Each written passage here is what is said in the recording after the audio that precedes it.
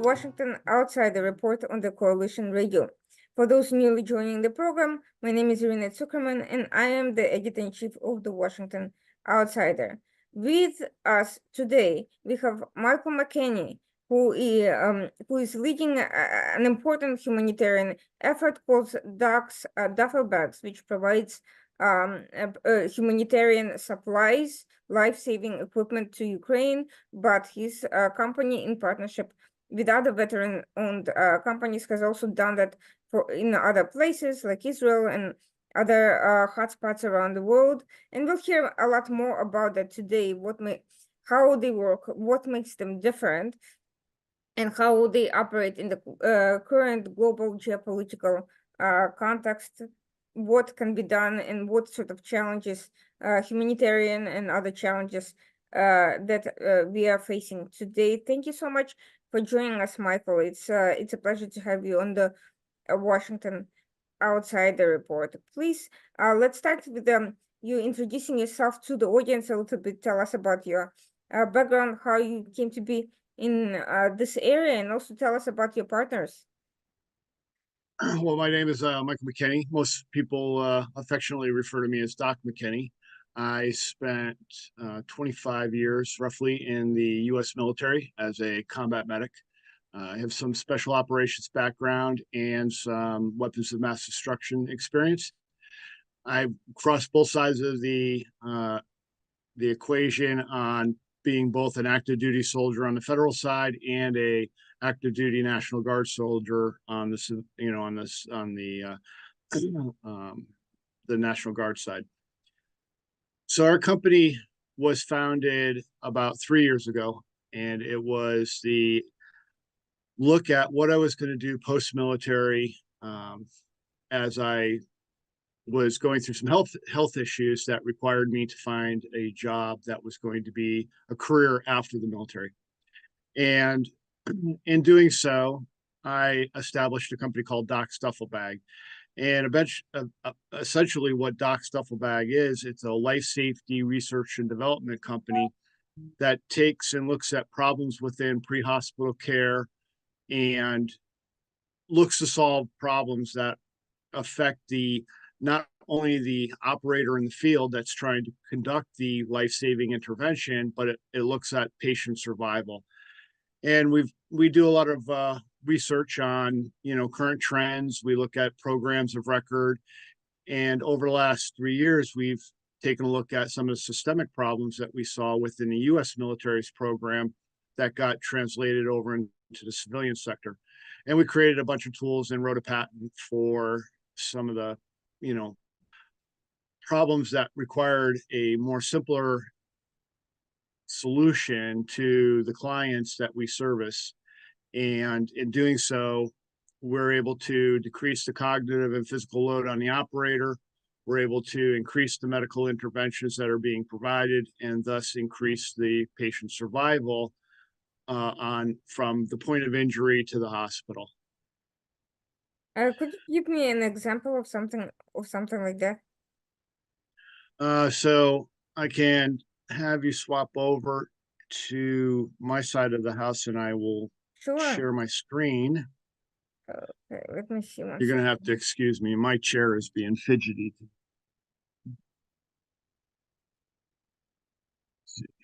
Okay. Great. Okay.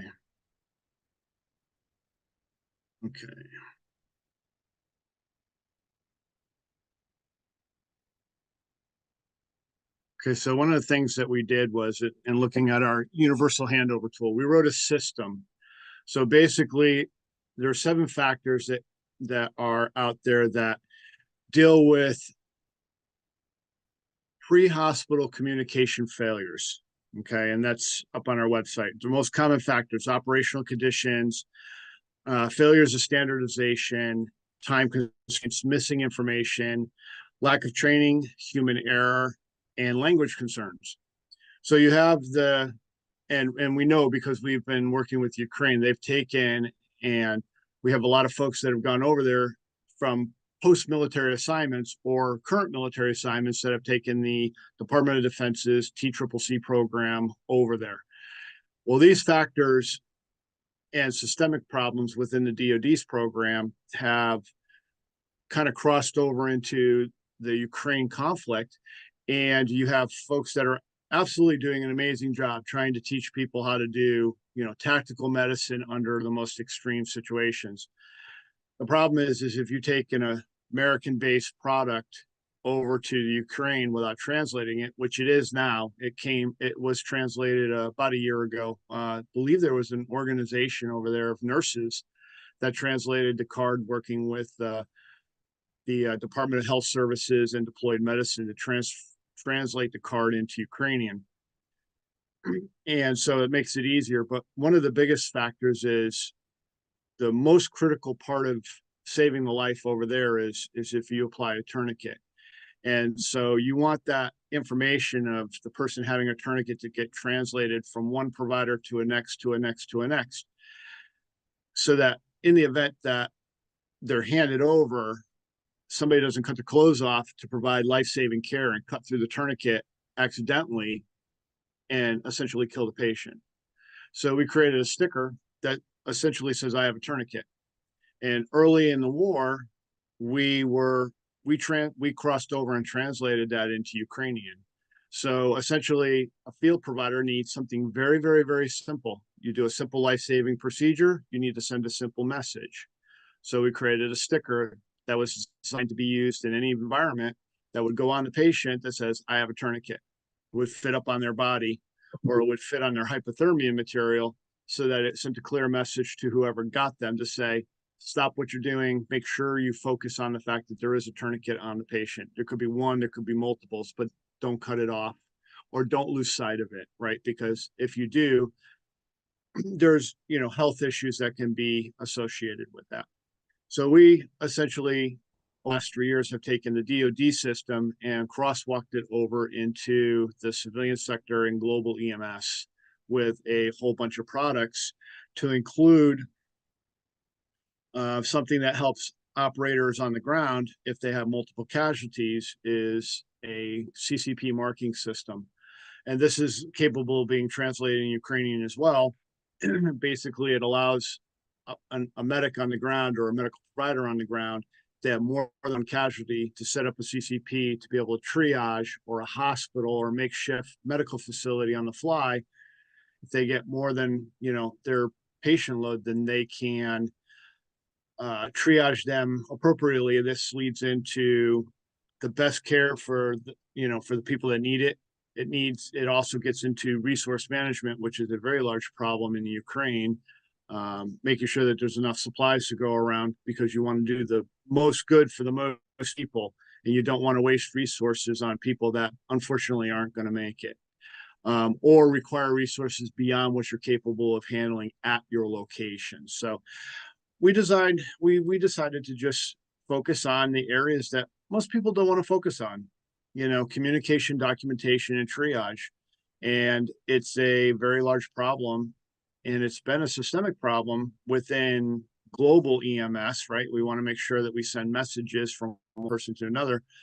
And we have, read through plenty of research that has shown use case studies where, patients, aren't taken care of, or you have operators or first responders out there that are making do with what they have, because there's been tools that have been there, but they haven't been the best tools. And now there are better tools. So we want them to have better access to lowering their cognitive and physical needs in every stage of the process. So it's been a labor of love for sure. So, and we've had some great partners that have worked with us on the whole thing. So this is the non-technology side. And then on the technology side, we teamed up with NASA to design a RF driven patient over the horizon patient tracking system, so that if you're on the ground, you could essentially track that patient from the point of injury all the way back to the medical facility. But it also would allow for in partnership with Dave Spence at Bloodstone mission down in Florida, it would also allow for the resupply via drone back to that location. So either you would support the medic by giving them what they need right then and there. Why? Because we would know what they need.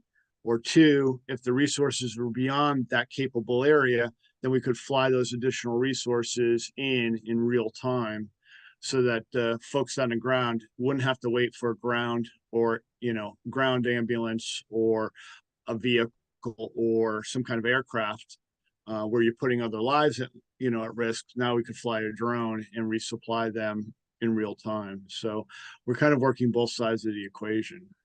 That's really impressive. And but you keep mentioning we. Who are the other organizations, and how did you come across them? Well, the first group that we met was Dave and Jackie Spence from Bloodstone Division. Mhm. Both of them are ex-Canadian soldiers, and then Dave joined the American military and became a Special Forces medic. And he runs a company down in Florida that handles large-scale medical build-outs. He's partnered with his chief medical officer, Ken Jones, who's a former Air Force medical planning officer who used to work for their anti-terrorism unit. So those two gentlemen have done large-scale operations on a global scale. And recently, Dave's been involved with Canada in delivering their blood program and some heavy rescue equipment programs through their military.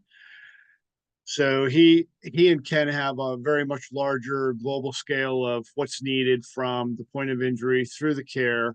And this isn't just humanitarian efforts. This is your standard, Department of Health type of issues, vaccinations, medical supplies, but it's also on the operator side, it's their equipment. So perfect example.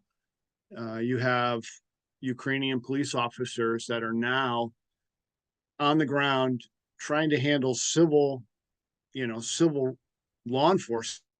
So that's your regular emergency management stuff. The fire department rolls out, law enforcement goes with it, or you have, human trafficking issues, or you have domestic calls, or you have people just that are in need, and they're trying to do that inside of an active combat zone, and they're not always equipped properly to be able to deal with the fact that we know that from reading the stuff that's in the news, in the online talks and the teleconferencing that we've done, these law enforcement officers are going up against assault weapons and military grade explosives and bad actors that are well equipped, well funded, and are essentially outgunning the law enforcement. So Dave and some of our other partners can't have the ability to outfit those officers with the equipment that they need, so that you can put that bag in the truck, so that when you go out, you have it if you need it, to do the more advanced work. So, sort of like if you were going to look at, say, New York City's Hammer team, or if you were going to look at Atlanta's advanced tactical response teams, or anybody that would be doing advanced work, right? You would have your law enforcement officers, and you have those that were trained in more advanced tactics that could help back up those other officers or those other agencies that are on the ground, where they would need that additional training. And we have those people in country that can provide that training. We're part of another organization. We're tied to another organization that comes from that background, that can provide that. So Dave and Jackie were the first people that we met. We hit it right off. Dave handles he handles a very large portion of the UAV program. He handles the resupply program. He handles blood products on the battlefield. He handles heavy rescue, large country build-outs. And he's been working in Ukraine for a long time with his partnerships, and he's put millions of dollars over the line, working with, agencies that had initial funding, right? Initial NGOs that came through and had lots of funding and wanted supplies. He supplied a lot of stuff. He has ties to the UK, and so that has been a great working relationship. And then we met Emil Reynolds, who is a former captain that came out of the Ranger Regiment. He served with one of the sister elements that I served with, and his background was infantry. And he started a company called Combat Bound, and they're into some very advanced R&D work as well, to include creating a litter for fast extraction of patients from critical instances. And I'm going to move you back over to my Ukraine page. And they just recently, I'm very excited for them. They recently just received their patent for their product, and it's here. Okay. So the product I was talking about before, I'm sorry. So right here is where I've talked about 7 most common factors. I didn't realize I didn't share the screen. So, and then, so this covers the 7 common factors. And then a little bit farther down, this covers the CCP marking kit that we can translate into Ukrainian. And we'll have, you'll have access to all this information so you can edit it as you need.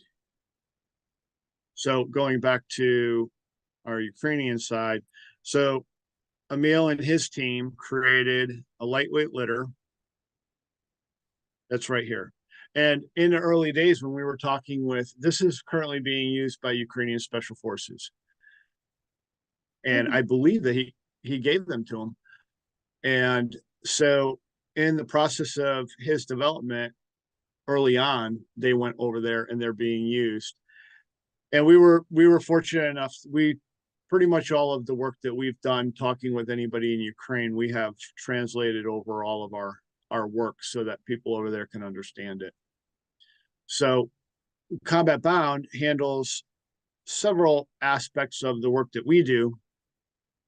They created the litter, which we helped them with on their testing, their field testing on the west side for the US government. And then they got into electronic warfare. So one of the problems that you see in the Ukraine right now is drones that are being taken out of the sky. And there's, based on, electronic warfare jamming and stuff like that. These gentlemen created for the Air Force a electronic warfare jamming device that we have the ability to incorporate into drones so that you can't take the drone out of the sky. So unless you shoot it down, but from a jamming standpoint, they have the technology to counter that. So where this becomes very important as a team is we were instrumental in helping with the development of the Ukrainian package, so that we created a 2-phase Ukrainian package. It was worth about $50 million. And what it would do, it would provide 5 armored containers full of diagnostic equipment inside of it, with a mobile launch platform and rescue vehicles that would then be able to move, because it would be mobile. It would be able to move around in Ukraine as needed. So if you were evacuating people from a train and you needed medical supplies and medical personnel where that train was departing from before they got on, you could put one there. If you had troops that were far forward, then you could put one there and you could move it around as needed. But it would also help break down smaller teams so that those smaller teams could get in and out of areas with rescue vehicles quickly and bring them back to wherever that main vehicle was staged. And it was all armored, so it would protect everybody from, small arms fire and shrapnel and stuff like that.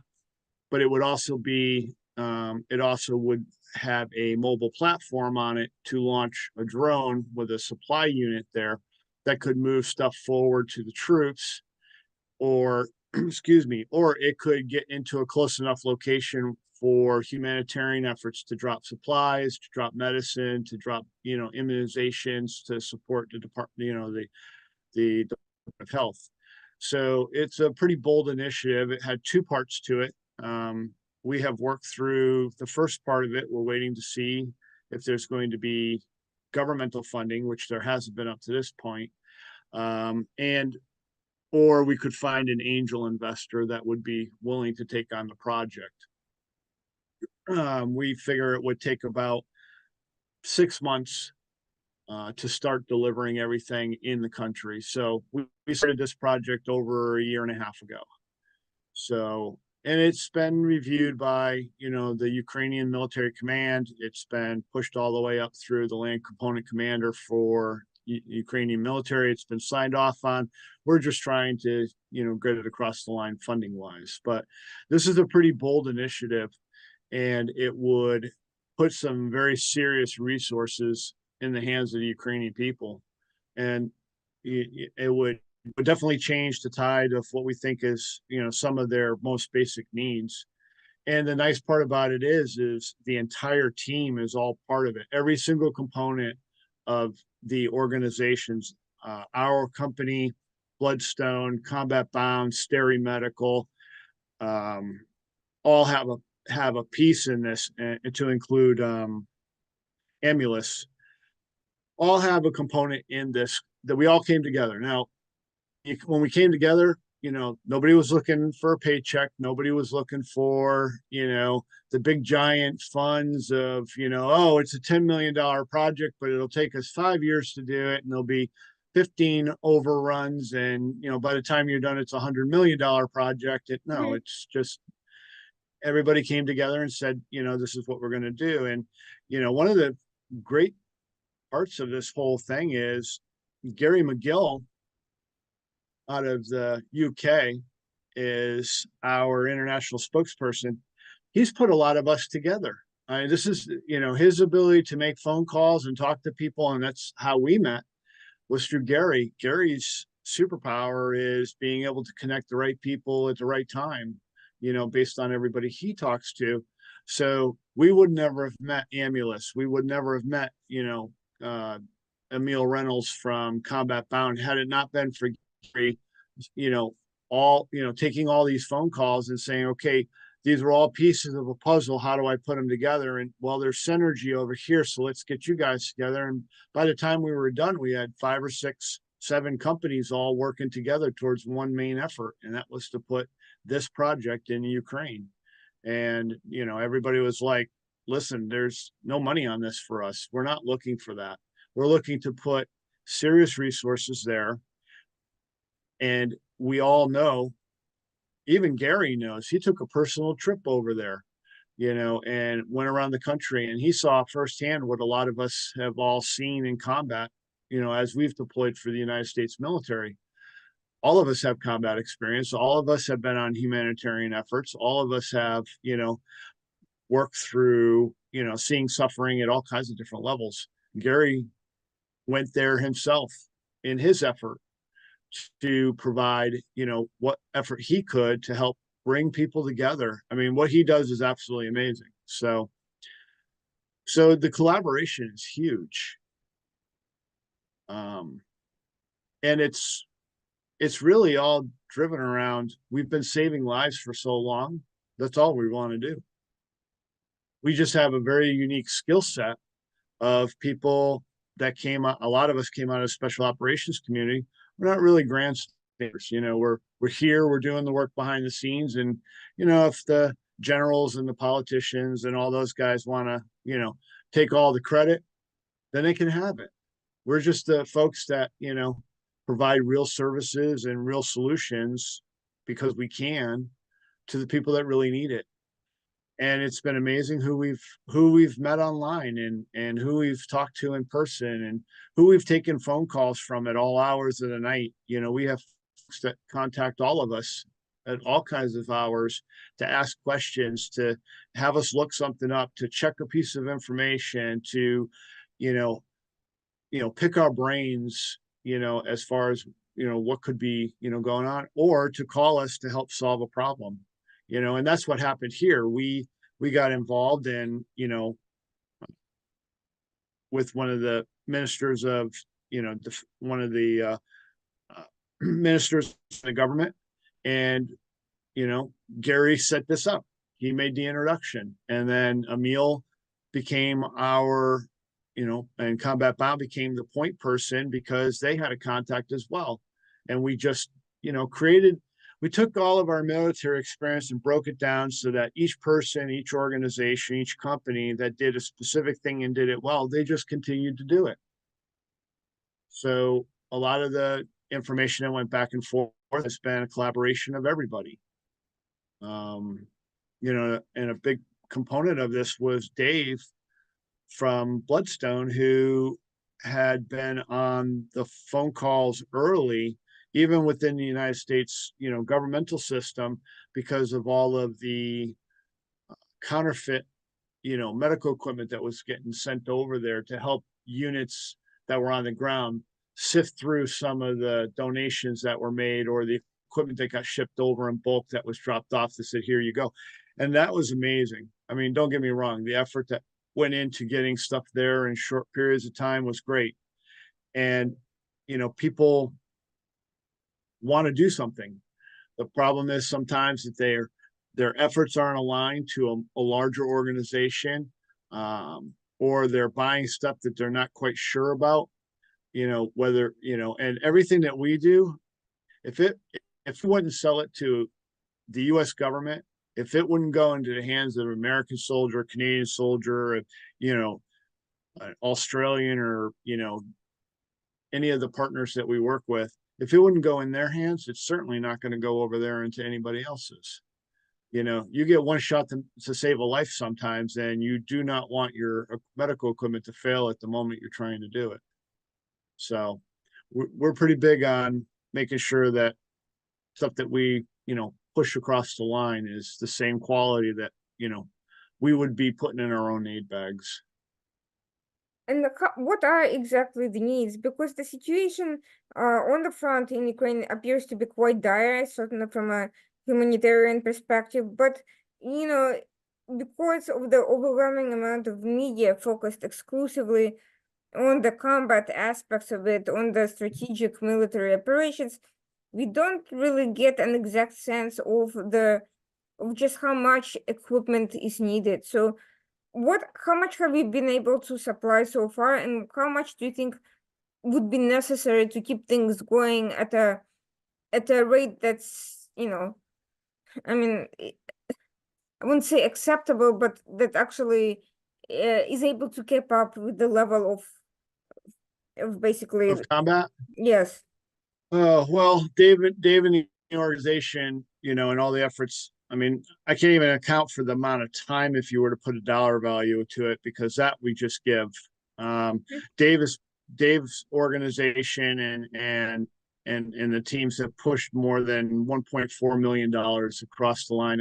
I think Dave said that it has affected about 235,000 people on the effort there.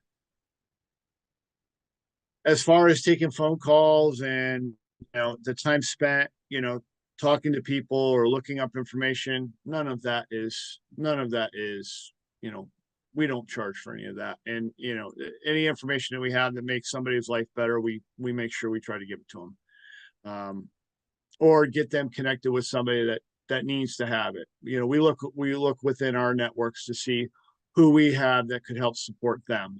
So, and you're right, the operational side of who's moving where, who's attacked who, what is the operational status, what's been destroyed, what's still standing.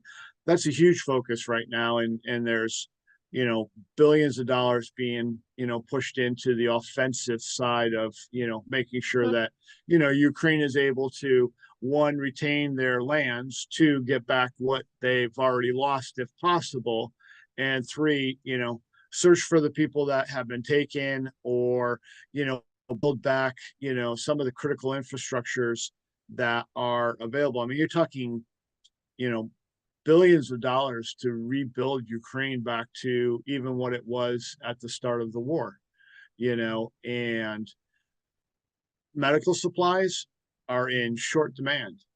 And we get calls all the time talking to folks that are talking about how, there's or agencies are so much that they're fighting over the small limited supplies of stuff that are coming in. And don't get me wrong, there's lots of aid coming in from, large organizations, U.S. military, UE, all those guys are doing amazing jobs shipping in supplies.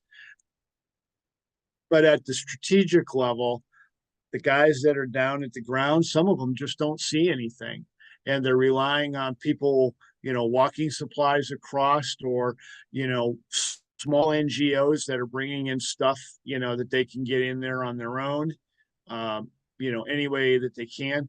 We've even set up our own secure pipeline from the United States into Poland. And then our team that's on the ground over there that works with Dave, that's partnered with him, they're there to get it in Poland and bring it into the Ukraine. But there's a huge difference. If you have large governmental support and it is focused into organizations, then that's who's going to get it. And it's going to funnel down from the top. The problem becomes is if you have corruption within the organizations or infighting, then what you have is, segregated areas where somebody gets a lot, somebody gets a little, and somebody gets nothing at all, and where we saw that early in the conflict, we just created a model that said, you tell us who you are, right? And you're going to be an official organization, right? You're going to be a hospital. You're going to be, the department, the Ministry of Health. You're going to be the Department of Defense, or the, Ministry of Defense. You're going to be, the Kiev Police Department, right? So whoever. You're going to be an organization. We're going to have a key person that is going to be our point of contact there. We're going to get all the official paperwork squared away. We're going to get your request. We're going to make sure it's what you want. We're going to try to find the funding, or if you already have it, if you already have funds, then you buy it.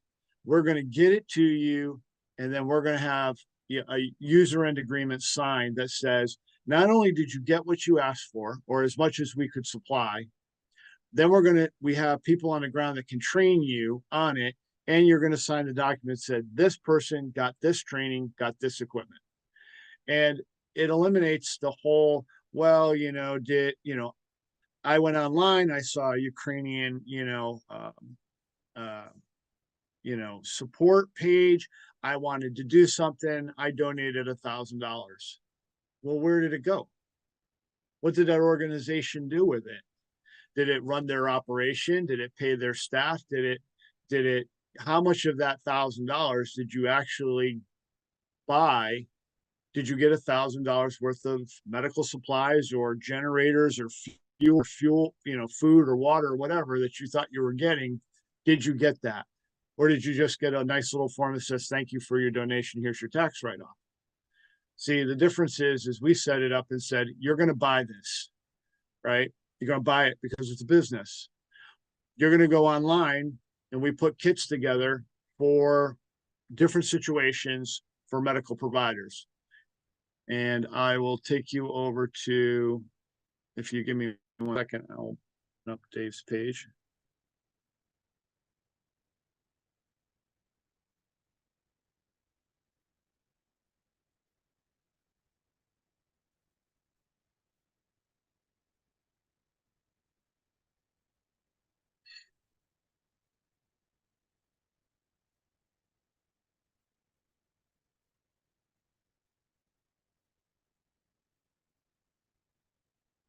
We built kits for medical personnel, and it starts from as basic as I just have a tourniquet, and goes all the way down to a field medics kit that would be the same that I would build for a medic in the United States military. It is the most cutting edge stuff that you can get for field medic. Now, if you look at the price, it's just a little under $3,000. That's because it's at cost. Our time to build it isn't in there. Our overheads for our companies are not in there. This is just what it costs to buy that kit and put it together. Now, the difference is you buy that kit and we ship it over there, we're going to tell you who got it. So if you were buying the kit and you said, wow, I spent $3,000, I'd like to know what happened with it, we're going to be able to tell you. because one, you're going to get an invoice, right? Because you're buying it and you're gifting it to Ukraine. So you're making the donation, but you're buying it. That means that we have accountability to you to deliver the product. Not we're just taking money to arbitrarily figure out what they need over there or what we want to bring or what we're comfortable with. We worked with the Ukrainian military to build this kit. They've reviewed it. This is the price they sold it. Now, if a person buys that kit, it will go to Ukraine. You're going to get a bill for it. And then when it gets over there, we're going to tell you who it got to. Or if you come back and say, boy, I'd really like to know if that medics kit got to somebody, we're going to tell you who it was, because there's going to be an end user agreement for that particular kit when it gets over there and the medic's been trained on it. So there's transparency, honesty, ethical business practices. And we're telling you that we're going to deliver on what we say we're going to deliver. And how can we back that up? Well, we've already, our team has already put, $1.4 million over the line. So, there's no question about the reputation of whether we're doing what we're supposed to be doing. We are. So, and that's where we kind of looked at the bigger scale of, then we get away from political agendas, we get away from corruption, we get away from folks just shipping stuff into Ukraine and then having it sit in a warehouse and never get to anybody. We also are not putting medical equipment in the country without them being trained on it. So that price includes them being trained on it by our people. And who are our people? Former special operations guys that are already in the country working to train folks on how to do, pre-hospital care in a combat environment. So they're going to physically pick this up. They're going to get it to where it needs to go. And then the person who gets it is going to sign off, and they're going to sign off after they're trained on it. So we took a lot of those problems that we saw early on from the places that we talked to. We talked to, the governmental leaders. We talked to people that were on the ground that were telling us what was and was not arriving in country. We saw that, medical supplies, they're in high demand, which means they're, big for black market operations. They're big for waste, or sitting somewhere or potentially being destroyed because, of the amount of fluidness on the battlefield. Right. So we try to eliminate a lot of that stuff and give the person who is making a donation the comfort to know that they're working with legitimate people who have gone through the process of aligning with the government to be able to say, this is what they're asking for. This is what we built. This is what you can purchase. And if I would not give this to anybody else, this is an exact kit that I would give to an American service member or any coalition member. So that's where we looked at a lot of the problems that were coming out of the Ukraine, and we tried to stay off running into those hurdles that would trip us up, as we move forward to offer support to the Ukraine. And these are smaller representations of what our larger proposal looks like.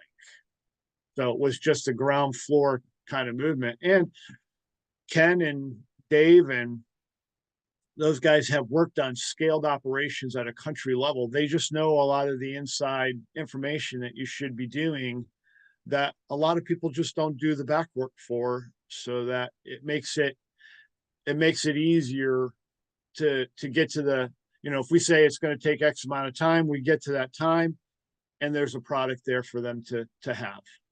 So that's kind of where we took a different approach. And we're pretty transparent with the folks that we're working with, as far as, if you're, whether you're a government agency or a private citizen that's just looking to do something, you're going to get the same amount of information no matter who you are. You're probably going to get more than you need or more than you want, but we're going to ensure that you have it so that you know your hard-earned money was well spent and got to the intent you have a goal in spending that money, right? You want help to arrive to somebody there. We're going to ensure that it happens. So yeah, it seems like you are able to overcome a lot of the issues we've heard being criticized simply by not being a traditional NGO, because NGOs are infamous for high overhead, for lack of accountability mechanisms, lack of communications and transparency, and internal political infighting and personal agendas. What is it? Is it still a big issue in Ukraine overall? Are these organizations still popping up and taking away oxygen? And why is there not more of a streamlined approach at this point in the war, after we've seen this landscape and we've seen these problems?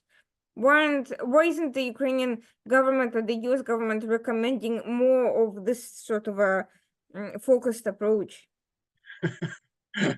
Well, there are a lot of companies out there. I mean, you go to a company that's selling offensive. We basically, just think of it from a standpoint of companies that are selling offensive stuff to Ukraine through the U.S. military. They're doing the same thing. I don't know how their pricing structure is for what they're doing, or if they are, and a lot of times they're receiving government funding for their projects. So they have contracts that, have fixed pricing or whatever. The difference is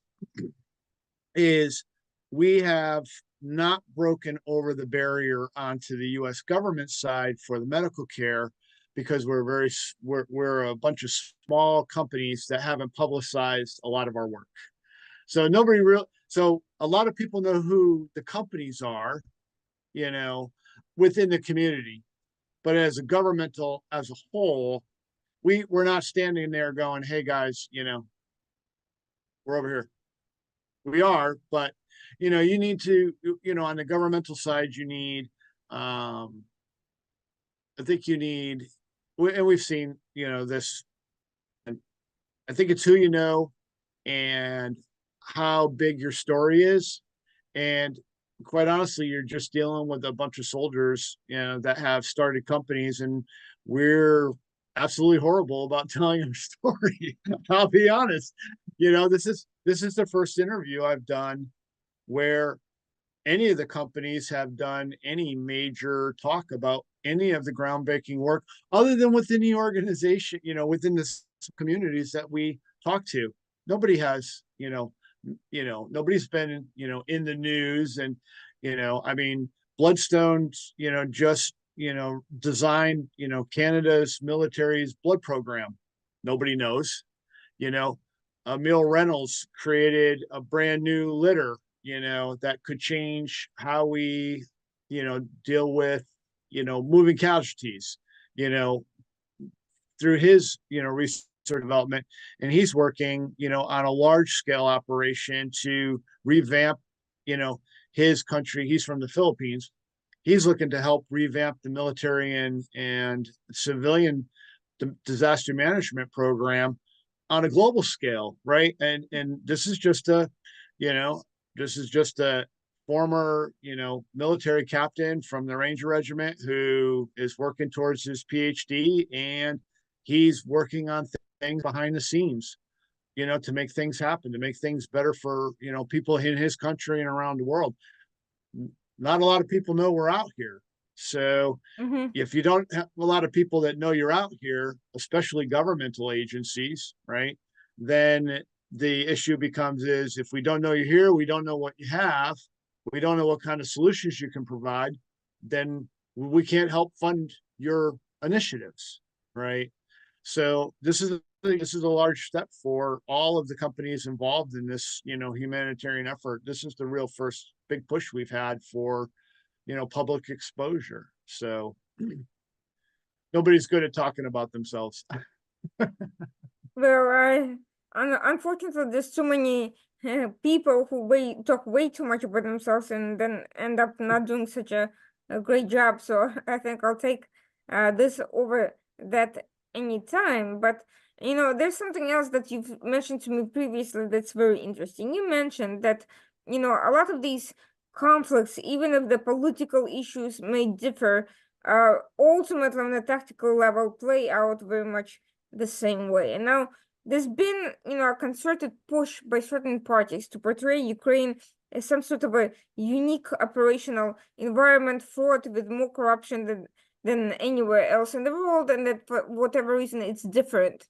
But it sounds to me that based on what you're telling me, the challenges are very much similar to other places around the world, regardless of the political situation, that the humanitarian challenges, the combat challenges, this human element is very much similar to other conflicts. Could you expand on that a little bit? Because I think that's a point that's not really being drawn very much in public discourse.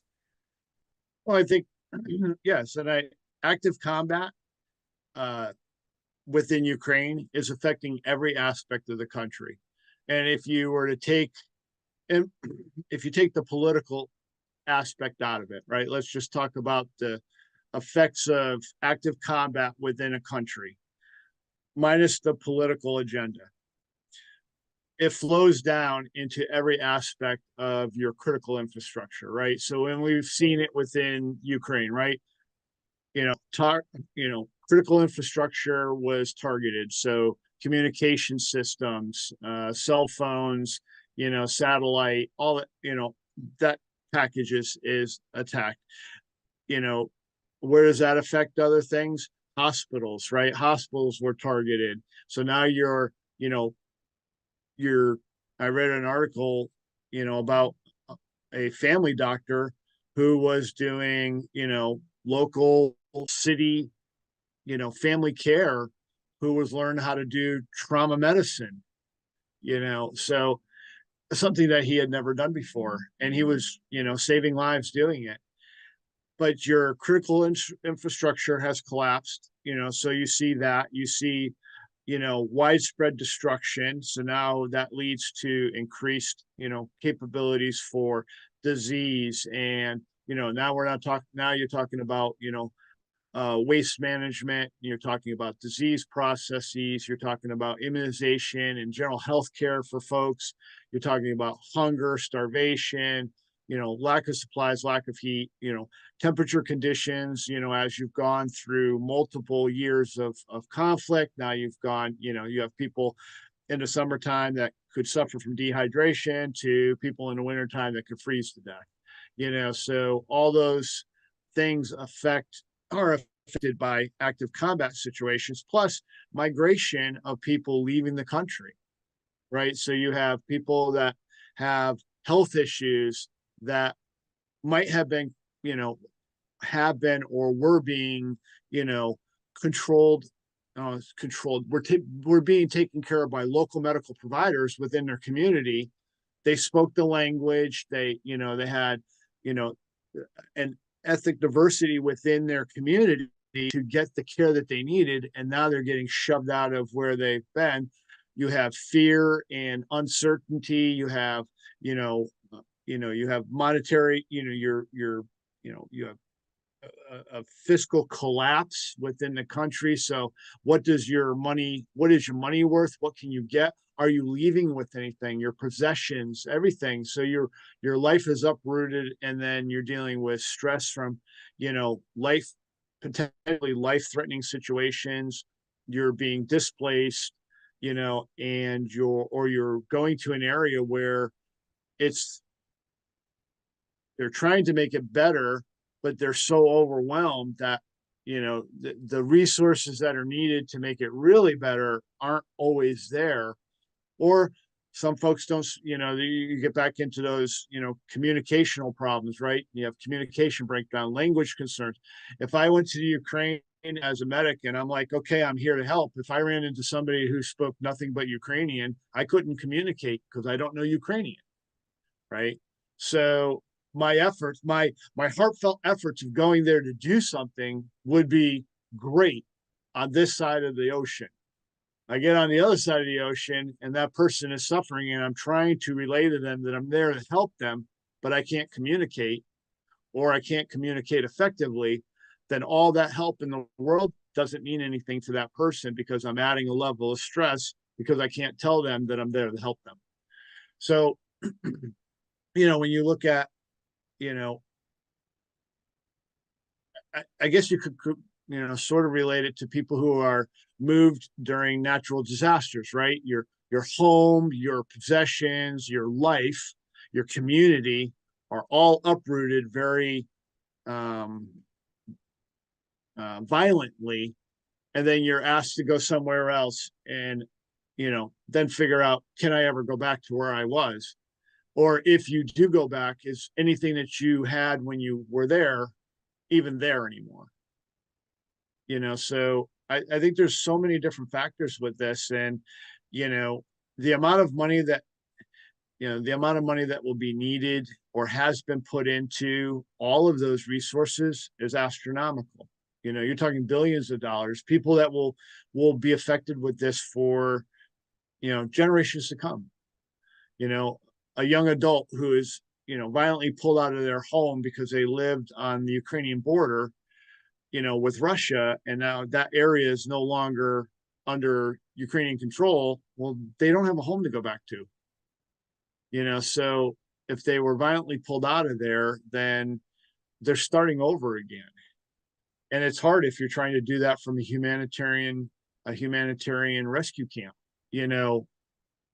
where resources are limited and you're trying to connect with other people that So, I think one of the things is, there's a lot of different needs that are there, and some of them are just basic needs. Can you provide some level of comfort so that that person understands that it's going to be okay?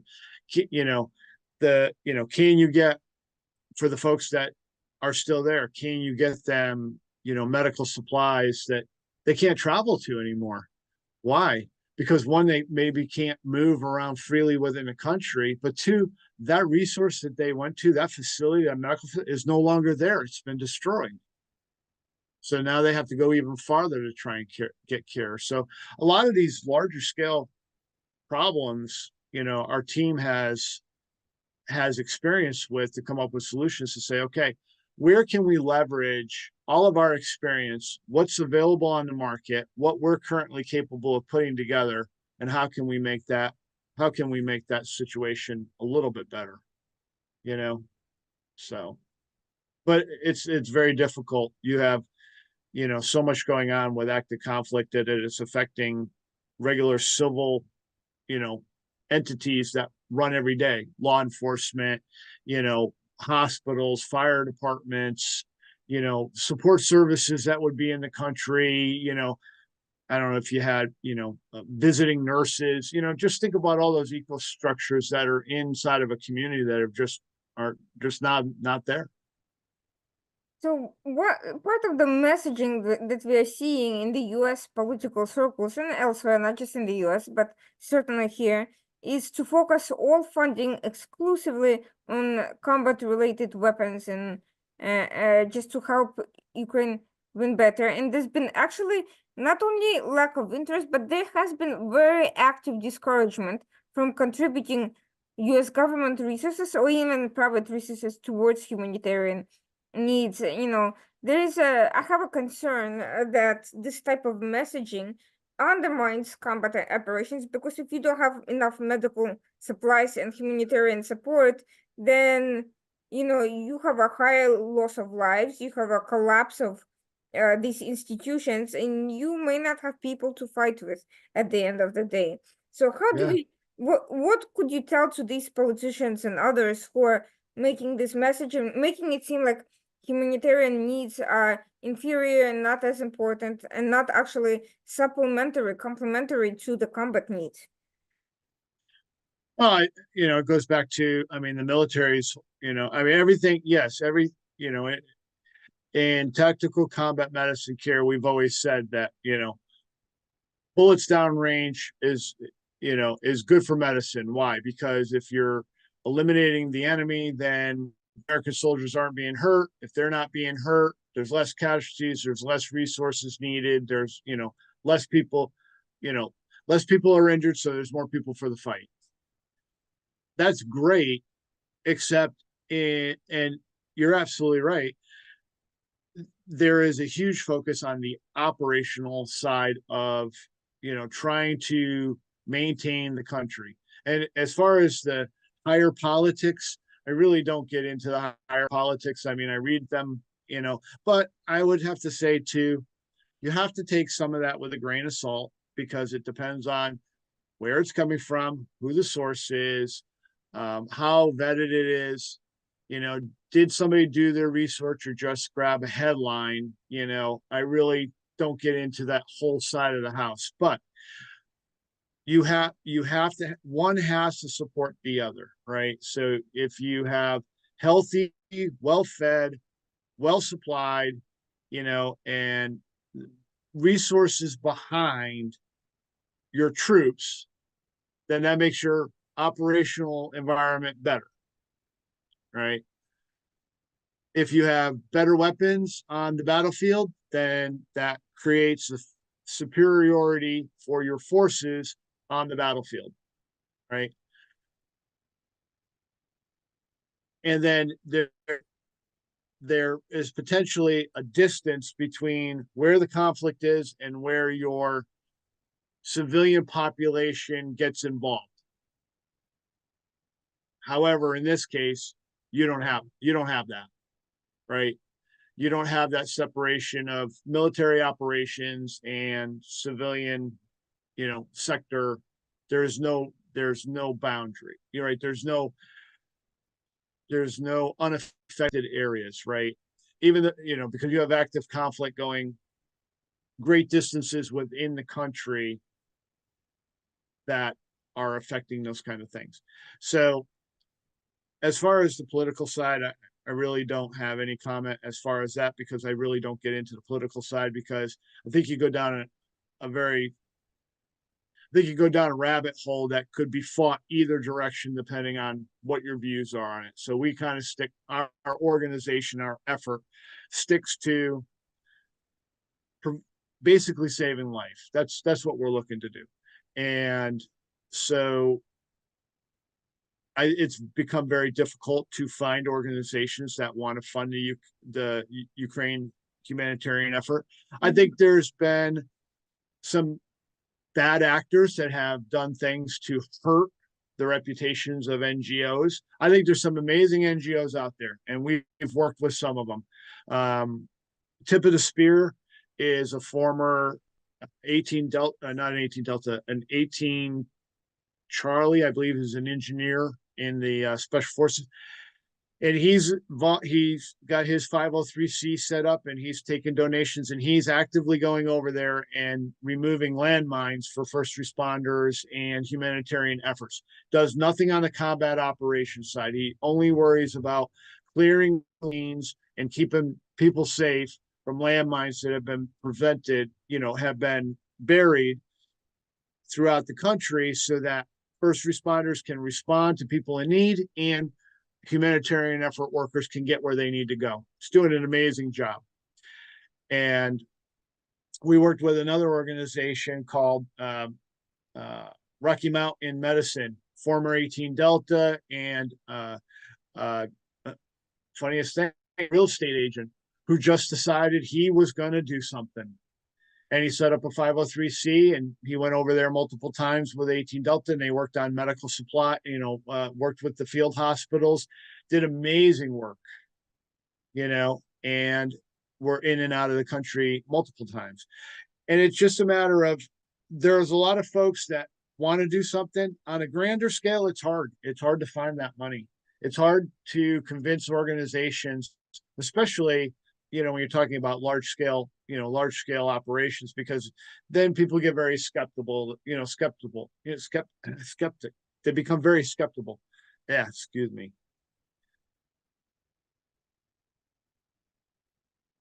They're very skeptic on your ability to provide the services that you say you're going to provide, right?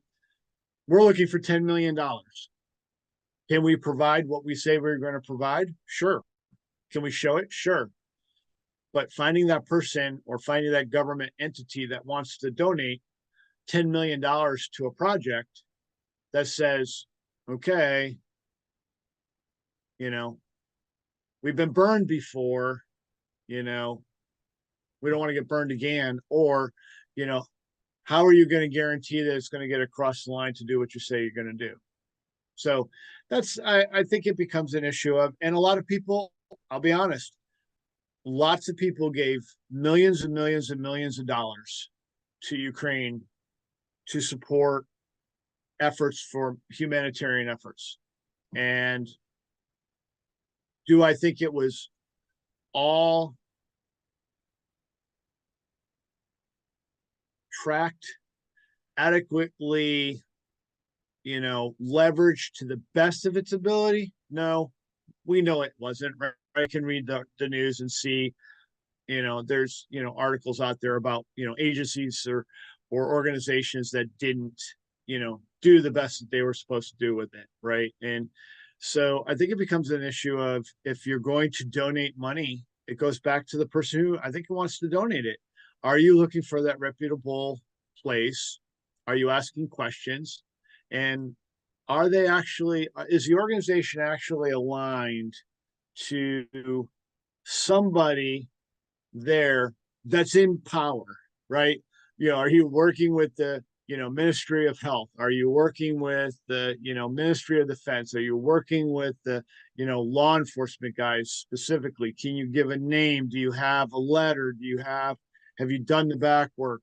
Do you really understand the process of what's happening over there? And we're small potatoes compared to some of these large organizations. And, it's sometimes it's a who knows who, and, and how, and who knows about your story, and what kind of project is a focus for governmental money. Sometimes their focus is not what we're working on.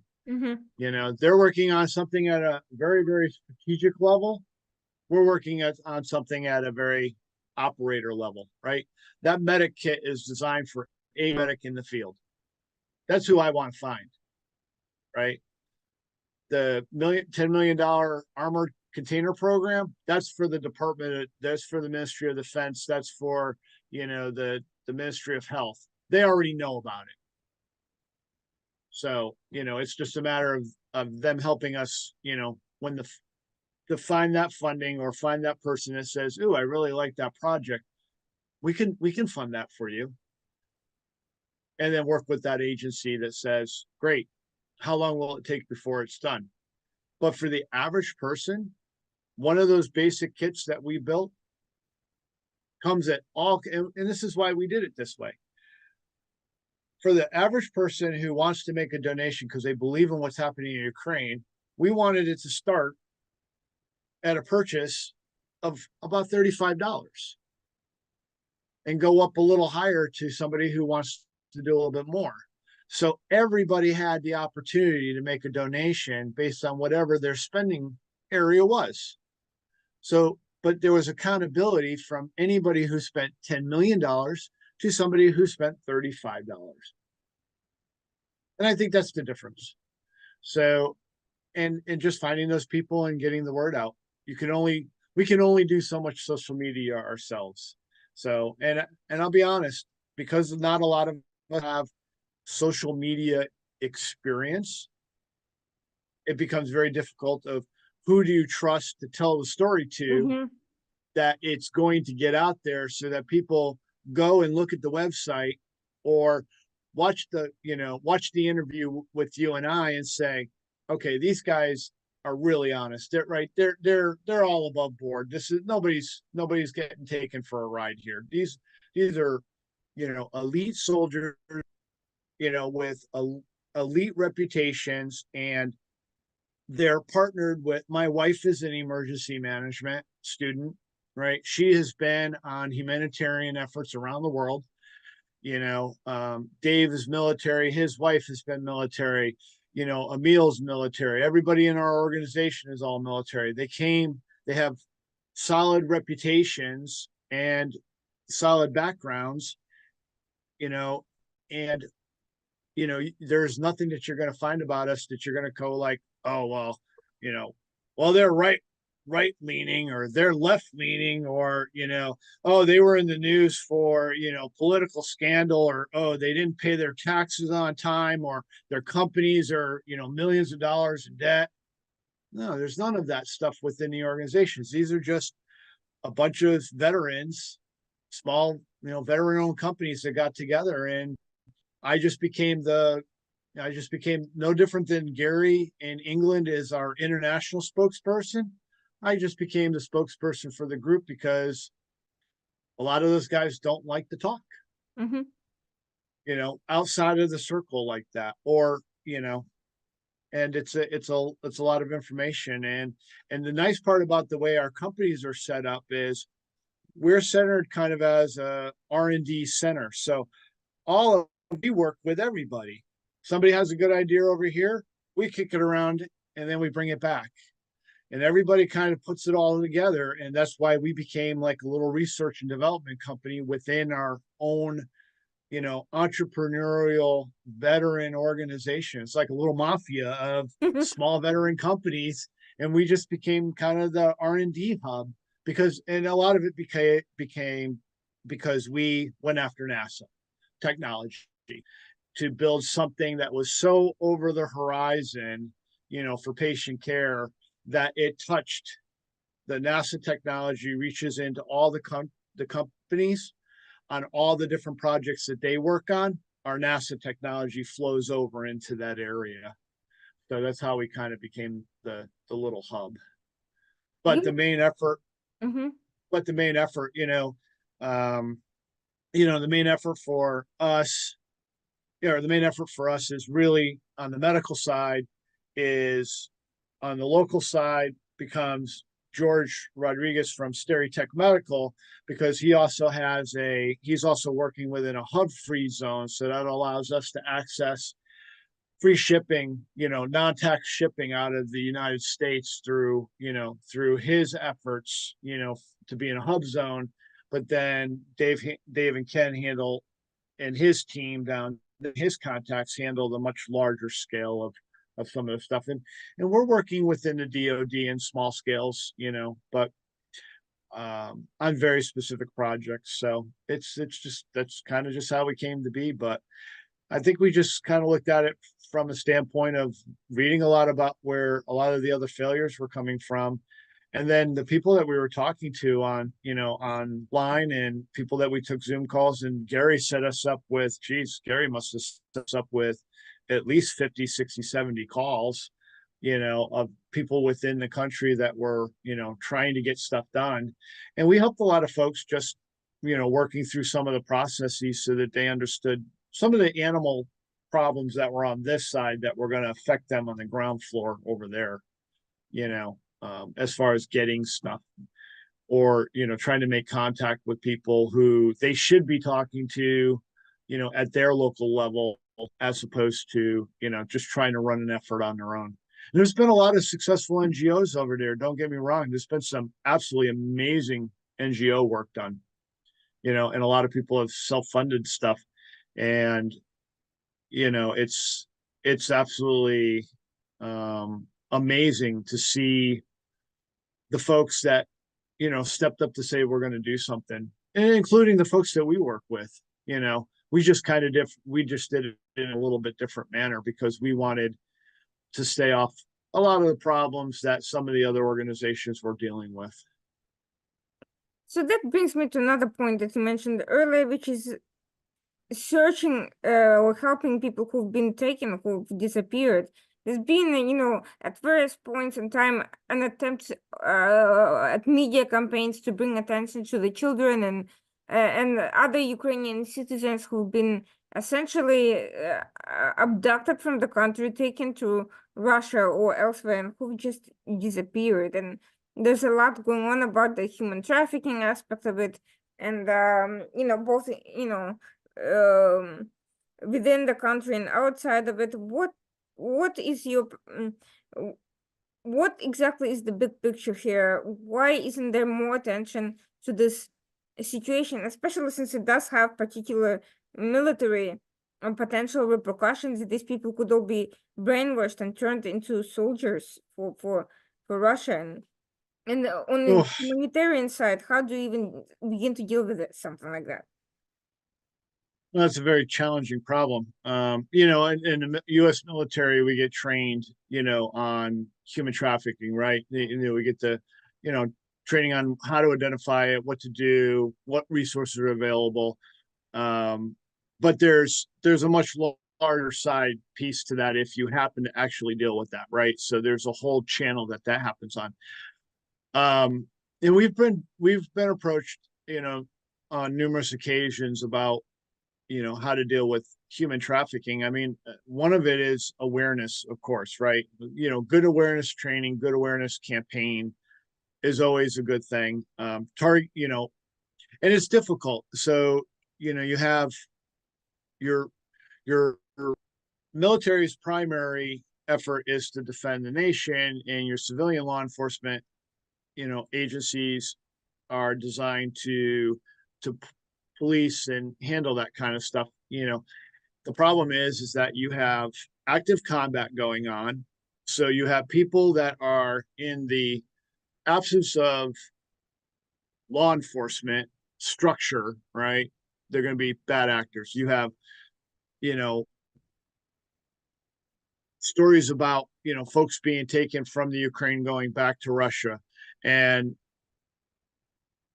while I have not personally met anybody, that has, been over there tracking those people and bringing them back, we know that there are folks that are out there that are trying to do exactly that, right? How do you track people? How do you bring them back? How do you find these locations?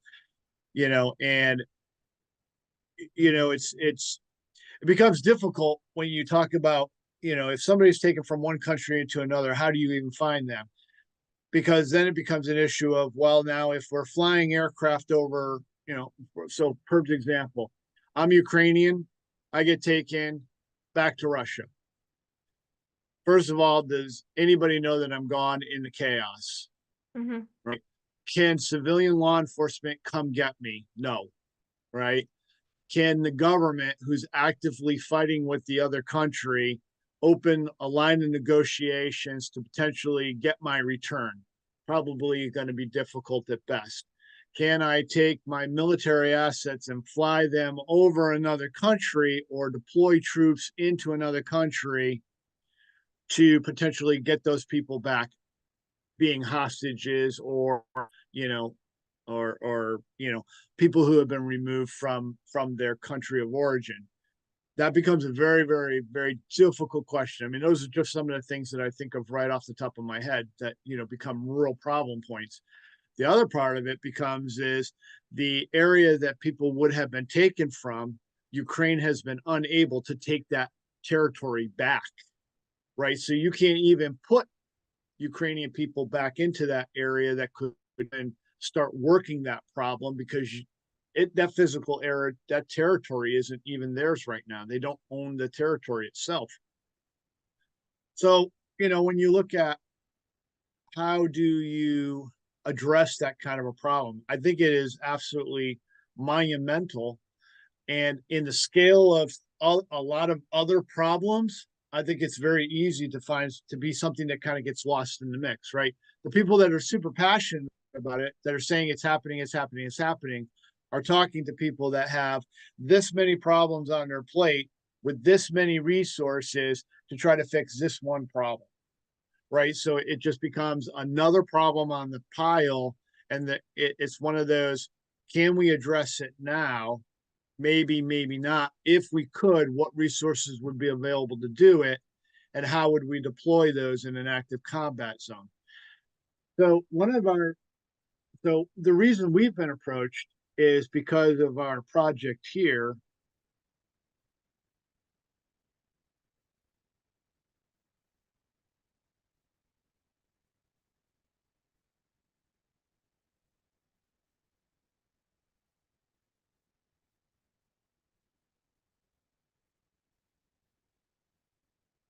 So the reason we got approached was because some of the folks that we knew Okay. You can see my screen right now. Yes. Okay. So this project is an over the horizon system that is non-GPS based. Okay. And now the way we came up with this project is it was designed to augment our non-technology solution to into our technology, our integrated technology solution that involved AI and NASA development. And the technology our company has worked with NASA. Now, this project has been briefed to NASA, and this is where we're kind of in a very unique spot with NASA. As a small business, NASA usually does not issue a lot of technology all at once to one company, unless you can really prove that you've got something that you need all this different technology for. So our company has been issued 22 different has been issued 22 technology licenses under NASA's small business portfolio.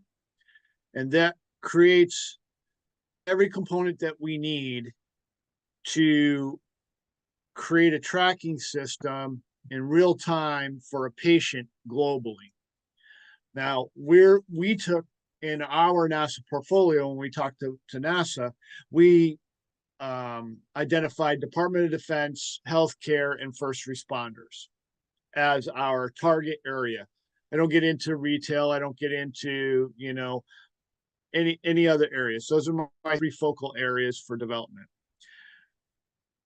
But this technology is designed to do a couple things.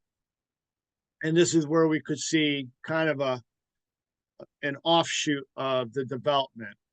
So imagine a technology that we would use to track a patient that would affect DOD and healthcare responders and that side of the house.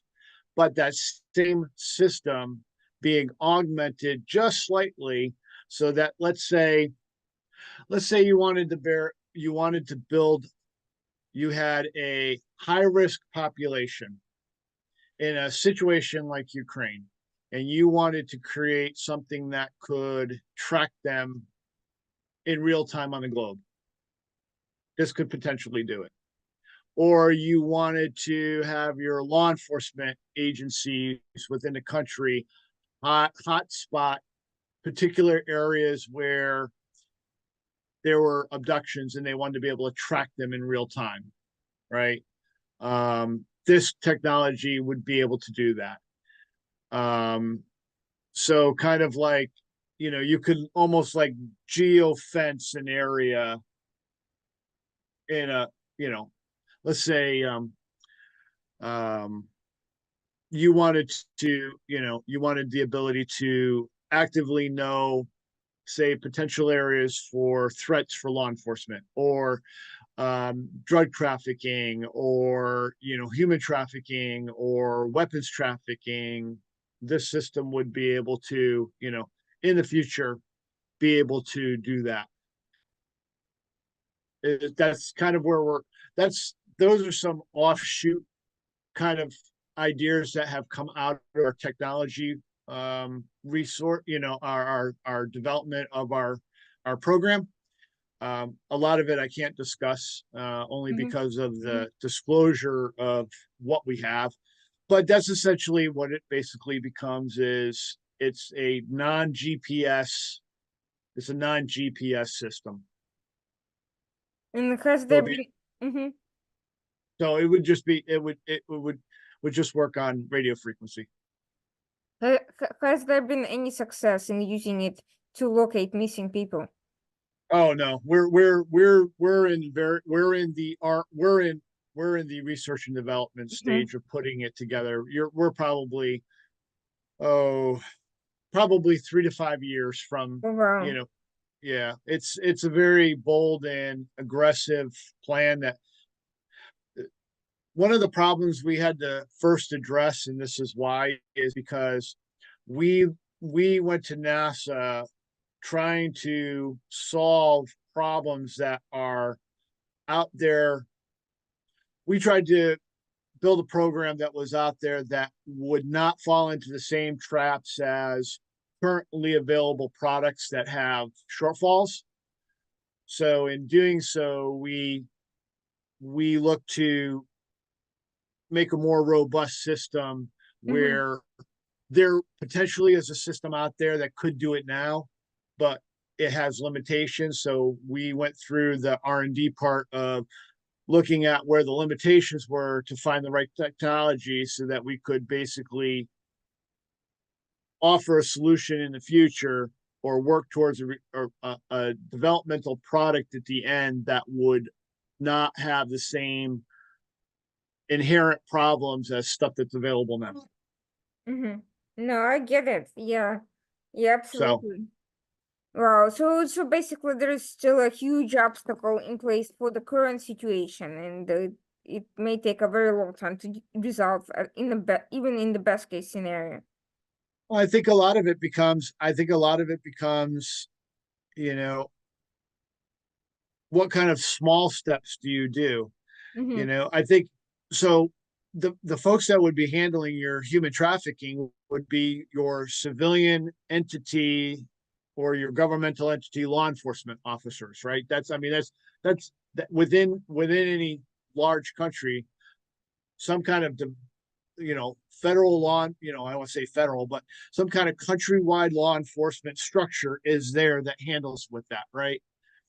And I think it becomes awareness, but I think if you take some of the stress off of law enforcement, and that could be better training, better equipment, better resources, then potentially maybe they would have the ability to do something better. I think it's a matter of, it's hard to sit inside of a crisis and figure out how you're going to do things better when you don't know what resources are out there that are better to do it with. And I think Ukraine has been, they're focused on fighting a war, and all the efforts at that. So how do we try to step back just a smidge to say, okay, we have this problem over here. Do we need to find somebody that can help us with that? And if we can, who is it? And who's going to deal with that while we can't physically deal with it, right? So delegation of some of the stuff that needs to come down, and I guess it becomes an issue of how much of a priority it is it for the organizations that are supposed to be handling it. Are they so overwhelmed, or are they not? I mean, it's kind of hard to have functioning critical, infrastructure when your people are being displaced and leaving the country. Sure. So, I mean, it's it's kind of like do a lot with a little. Mm-hmm. You know, the end result is, you're only good at doing so many things well, and there's only so many hours in a day. So how many different fires can you actually put out? You know, so I think it's just absolutely, you know, an overwhelming problem that I think everybody's thinks that there's more critical problems. And don't get me wrong, the loss of civilian populace within the country is a huge problem, right? I mean, those are potentially people that will never be found or will never come back or could end up going to very unsavory people, and their lives are not going to be better where they're going. So how do we help that from happening? And we're certainly here to help. I just don't know if on a grand scale of something large and overwhelming, we're certainly nowhere near at that scale, but certainly smaller scales, we would leverage whatever resources we have in our network to put the right people in contact with whoever is dealing with that problem. Well, thank you so much. You raised many important points, including the prioritizing of general international rescue efforts and building up that infrastructure that could deal with that and prioritize that as a full-time effort and on a much larger scale. We're not nearly there yet, and there's been some major human trafficking successes, but on local levels within the United States or within particular countries, usually Western democratic countries, not necessarily in conflict zones or conflict environments or authoritarian states. But uh, let's hope that this is something that's going to be taken seriously, because frankly, this can happen in other conflict zones as well, and the more chaotic a situation gets, the more likely various actors to take advantage of that chaos. I think you made a great point. It happens everywhere. Human trafficking happens everywhere. You don't need a conflict for it to happen.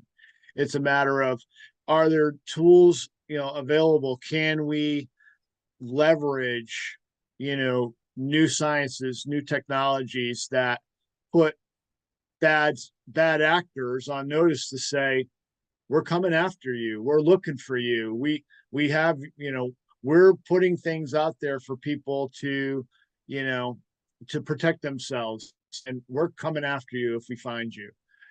But the other part of it too is I think it gets into a bigger arena, is how does government play within that? And I think it goes both sides. Like you said, there's successes and there's failures. So I think it becomes a very mucky pond to get yourself into when you think it's just cut and dry, because it's really not. So it's a huge challenge, but we're certainly working towards something here that's going to hopefully make a difference, for the right actors.